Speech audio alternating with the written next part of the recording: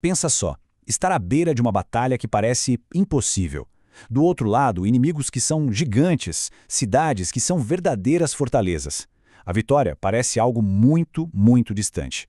Hoje, a gente vai mergulhar na mensagem surpreendente de Deuteronômio capítulo 9, uma história que fala sobre graça e não sobre merecimento. Olha só como Moisés começa. Ele já pinta um quadro que define o tamanho do desafio. Ele diz: Ouça, ó Israel, hoje você está atravessando o Jordão para entrar na terra e conquistar nações maiores e mais poderosas do que você, as quais têm cidades grandes, com muros que vão até o céu. A tensão aqui é quase palpável. Eles estão prestes a encarar o que, sinceramente, parece uma derrota certa. A diferença de forças era assim gritante. De um lado você tinha nações maiores e mais poderosas, um povo forte e alto, os famosos Enaquins, e cidades com muros que vão até o céu. E do outro, bom, os israelitas. A pergunta que pairava no ar era: quem é que consegue resistir a essa gente? Mas olha que interessante. A batalha mais importante não seria contra os gigantes do lado de fora. Moisés sabia que a verdadeira luta ia acontecer dentro do coração do povo. Por isso, antes mesmo de eles cruzarem o rio, ele dá um alerta crucial, contra o orgulho. E é aqui que a coisa fica curiosa. Moisés diz a eles que a vitória já está garantida, que Deus vai na frente deles como um fogo consumidor. Mas, e esse é um grande mas, o motivo dessa vitória não é, nem de longe, o que eles poderiam imaginar. Tem uma virada de chave fundamental nessa história. E aqui está o ponto central de tudo. Moisés adverte: não diga a si mesmo, o Senhor nos trouxe aqui para tomarmos posse desta terra por causa da nossa justiça. Não. Essa é a negação mais forte possível. É como se ele estivesse dizendo que a vitória não tem absolutamente nada a ver com o mérito ou a bondade deles. Ok, se a vitória não vinha pela justiça deles, então por quê? Para responder isso, Moisés os força a olhar no espelho, a encarar a própria memória de rebeldia. E a principal prova contra eles acontece, ironicamente, no lugar mais sagrado de todos. Enquanto Moisés estava lá no topo do Monte Horebe, recebendo as tábuas da aliança, escritas pelo próprio dedo de Deus.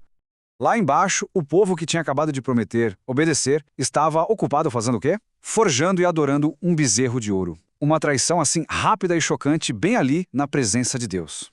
Mas o bezerro de ouro não foi um caso isolado. Não mesmo. Era parte de um padrão.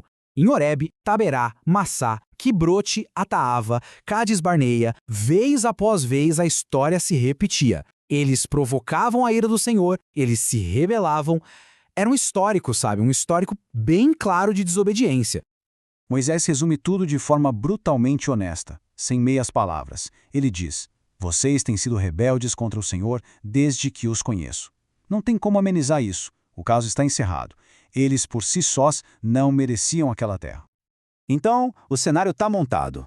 Israel, um povo rebelde e teimoso. Isso levanta uma pergunta bem óbvia. Como é que a vitória seria possível, então? A resposta está na verdadeira razão por trás de tudo isso. E isso nos leva direto para a pergunta central do capítulo. Se não era pela justiça de Israel, por que Deus estava agindo em favor deles? O texto nos dá duas respostas muito claras e diretas. Primeiro, por causa da maldade das nações que já viviam naquela terra. O tempo de juízo para elas tinha chegado. Mas a razão principal, a mais importante de todas, era para cumprir a promessa, o juramento que o próprio Deus tinha feito aos seus antepassados, Abraão, Isaque e Jacó. E é aqui que a gente chega no coração da mensagem, um princípio que define não só este capítulo, mas olha, toda a narrativa bíblica. Graça e não merecimento. Mas o que é isso na prática? Uma das fontes descreve assim: é a atuação de Deus abatendo até ao pó a glória do homem e fazendo por ele aquilo que não está em sua capacidade de fazer por si mesmo. Em outras palavras, é quando a gente percebe nossa total incapacidade que estamos prontos para receber aquilo que não merecemos. Isso é a justificação pela fé. E para não restar nenhuma dúvida, Moisés martela na mesma tecla de novo. Não é por causa da justiça de vocês, nem por causa da retidão do seu coração que vocês conquistarão a terra. Essa repetição é de propósito, é para cravar essa verdade na mente deles e na nossa também.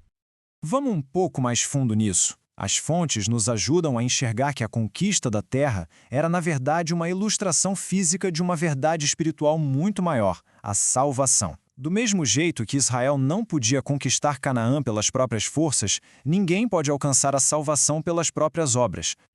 Então, qual é a lógica da graça? Funciona assim. Primeiro, a salvação vem pela graça.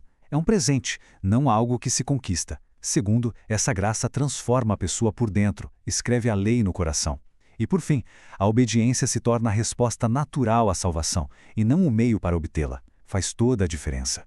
E tudo isso nos deixa com uma reflexão final, que traz essa história de milênios atrás, direto para o nosso dia a dia. Como a graça de Deus é importante naqueles momentos em que a gente tenta ser fiel, mas simplesmente não consegue. A mensagem de Deuteronômio 9 sugere que é exatamente nesses momentos que a graça se mostra mais poderosa.